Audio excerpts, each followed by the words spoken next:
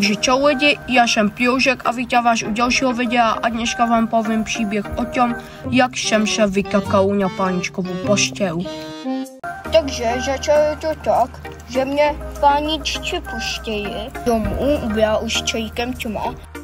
Já jsem si šel lehnout, páničci se šli dívat na YouTube.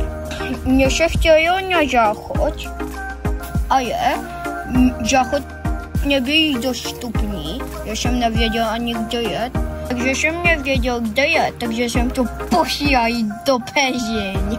A jak jsem to pošel do Pezeň, tak páničci začali něco čítit a byli docela jakože hleděli, kde to je a nebyli úplně rádi, takže volali malou páničku a ona jim řekla, že to bude v posteli, tak se šli podívat a bylo to tam v těch Pezeňách. Takže malý páníček byl vytočený, protože to byla jeho postel. Takže mě vyhodili ven a byl jsem vytočený. A to je všechno na tohle video, takže zatím čau.